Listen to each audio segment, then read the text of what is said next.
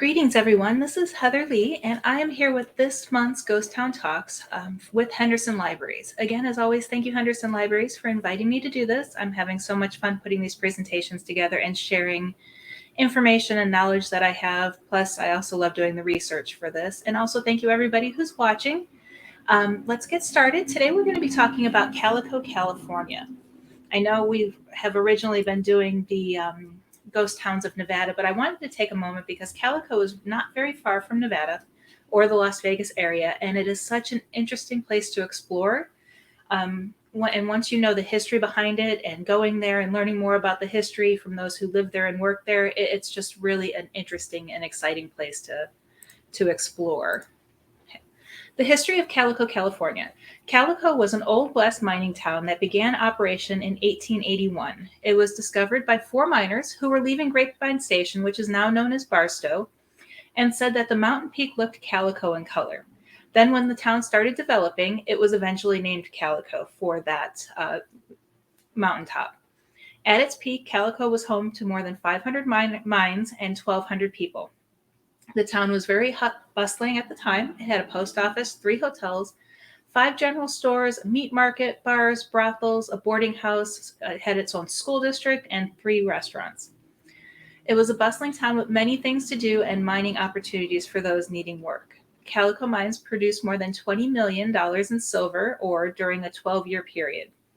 Then around the mid-1890s, the camp was eventually abandoned shortly after silver had started losing its value. During this decline, all the miners packed up and moved away, leaving the town virtually a ghost town.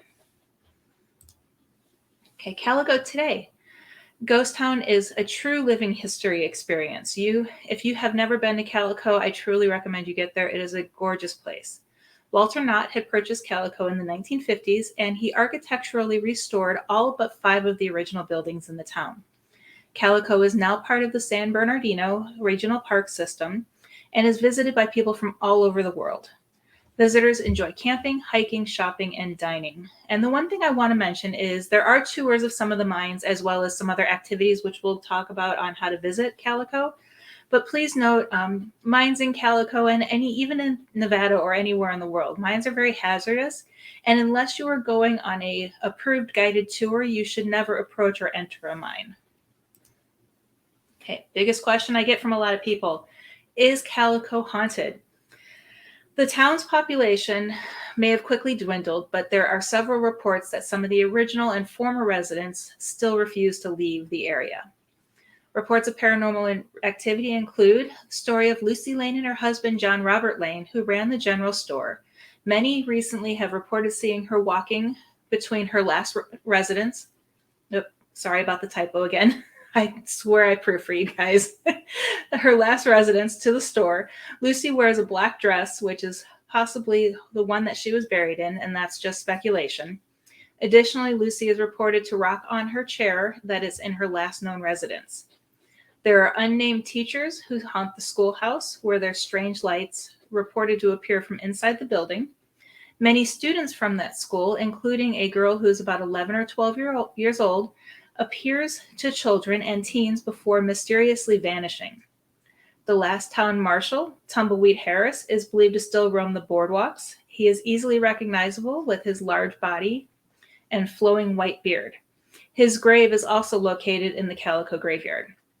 Many poltergeists have been reported, including a mail-carrying dog named Dorsey, an angry cowboy at Hank's Hotel, and you can see Hank's Hotel right there in the photo, as well as a lady in white by the outskirts of town. Visiting Calico. Calico, California is just off of Highway 15 east of Barstow. It is a small town, but plan to spend a few hours there exploring. Some of the mines offer guided tours and other mining-related activities such as panning for gold. There are shops and restaurants available. I suggest you wear comfortable shoes because you are going to be doing a lot of walking. If desired, you have tent camping, RV spots, and basic cabins available for rent for those wanting to spend the night. Calico is open, the historical area, from 9 a.m. to 5 p.m. every day except for Christmas Day. And as you can see, there's the address, as well as, again, the mines in Calico are extremely hazardous, so they should not be approached for any reason unless you are going on one of those guided tours. Here's some more information on where to learn more about Calico. You have the Historical Society, the county with the park system, Calico Attractions. They're the ones who offer ghost tours of the town, and Legends of America has some interesting information about that. Okay. Henderson area ghost town educational opportunities. You have the Clark County Museum, which is a great location offering historical information about ghost towns as well as the history of the area. Searchlight Museum is an amazing location to visit. And in fact, we're actually going there in the day or two to see it.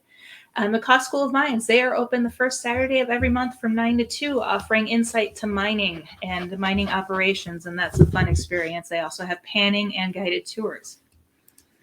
Okay, our next presentation is going to be Virginia City, Nevada. We're going to talk about the different history as well as we're going to touch on the paranormal activity.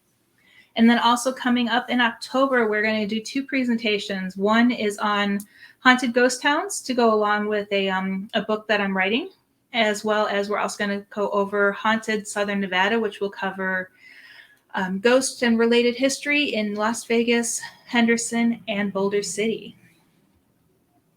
Sorry.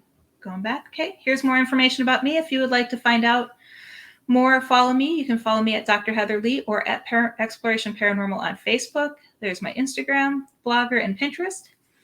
As you guys know, my family is featured in Real Haunts Ghost Towns, which is now available on Tubi, but also we've heard that Real Haunts 3 is coming out Halloween 2021, and that should feature our investigation and research of Goldfield, Nevada. And again, thank you guys for joining us. I am excited to share this presentation with you all, and I look forward to seeing you all next month when we discuss Virginia City, Nevada. Okay, thank you again, and you guys have a fantastic day.